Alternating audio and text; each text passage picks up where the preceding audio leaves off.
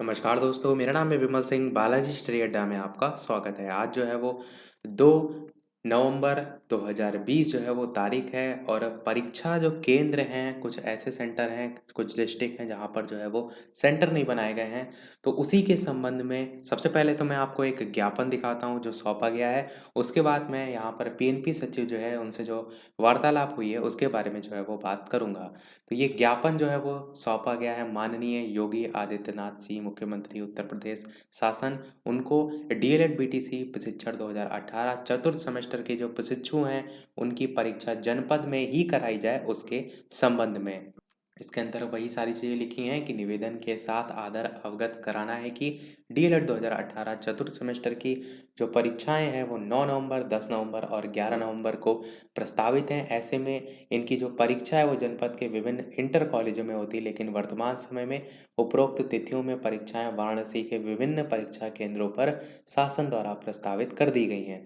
चूँकि जनपद में वर्तमान समय 100 से अधिक डीएलएड कॉलेज हैं, ऐसे में इन कॉलेज के जो प्रशिक्षु हैं उनका वाराणसी जनपद में 3 दिन जाकर परीक्षा देना किसी भी प्रकार से जो है वो सही नहीं है। कोविड-19 को दृष्टिगत करते हुए जनपद जौनपुर से इतनी बड़ी संख्या में जो प्रशिक्षु हैं उनका वाराणसी जाना अत्यंत ही कठिन है। इसी के संबंध में लिखा गया था, आपसे विनम्र निवेदन है कि प्रशिक्षुओं की असुविधा को देखते हुए इनकी परीक्षा जनपद में ही करवाने की कृपा करें। और बाकी सारी चीज़ें नीचे लिखी हुई हैं। मेन यही जो दिक्कत है वो और भी डिस्ट्रिक्ट के साथ है, तो उसी के संदर्भ में और भी छात्र प्रशिक्षु जो हैं वो परेशान हैं। तो ये तो आपने सबसे पहले देखा ज्ञापन, क्या कुछ इसका असर देखने को मिलता है वो तो आपको आगे जो है वो देखने को मिलेगा।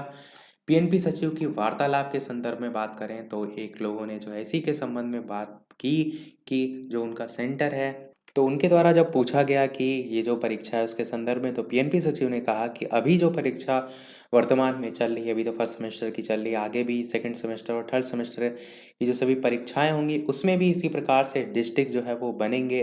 तो वो भी इसी प्रकार से परीक्षा दे रहे हैं, फर्स्ट सेमेस्टर वाले दे चुके हैं और आगे भी देंगे।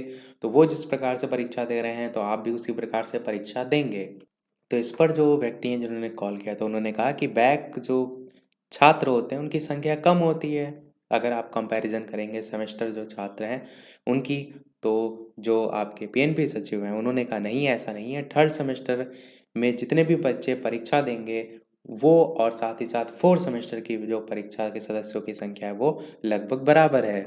मैं वो पर्टिकुलर ऑडियो का जो उतना छोटा सा पार्ट है वो भी आपको जो है वो सुना देता हूँ, आप सुन लीजिए उसको। अभी थर्ड सेमेस्टर जो हो रहा है उसमें भी उतना ही बच्चे हैं जितने आपके फोर्थ सेमेस्टर में है। और मेन जो रीज़न है सेंटर हटाने का वो जो है वो काउंटिंग जो है चुनाव की जो है उसके संबंध में रीज़न जो है उन्होंने दिया था।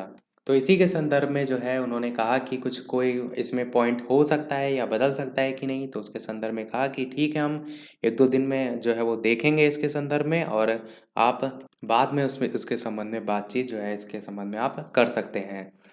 तो इतनी सारी चीज़ें इसमें इम्पोर्टेंट थी। मेन आपका ये ज्ञापन है, इसका कोई असर देखने को मिलता है कि नहीं, ये आपको आगे आने वाले समय में देखने को जो है वो मिल जाएगा। पर कहीं न कहीं सारी चीज़ें निर्धारित हो गई हैं और चुनाव और सारी चीज़ें हैं, तो चेंज होने का जो है, जो पॉसिबिलिटी है वो काफ़ी कम है। पर फिर भी यदि हो जाता है तो बहुत अच्छी बात है। जो छात्र अलग जाकर परीक्षा देंगे, उनके लिए बहुत अच्छा जो है वो हो जाएगा।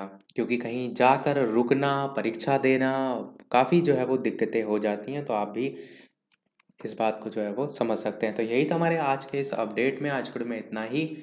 जो भी इनसे संबंधित छात्र हैं उनको वीडियो को शेयर कर दीजिएगा। साथ ही साथ वीडियो पसंद आया हो तो लाइक अवश्य कीजिएगा।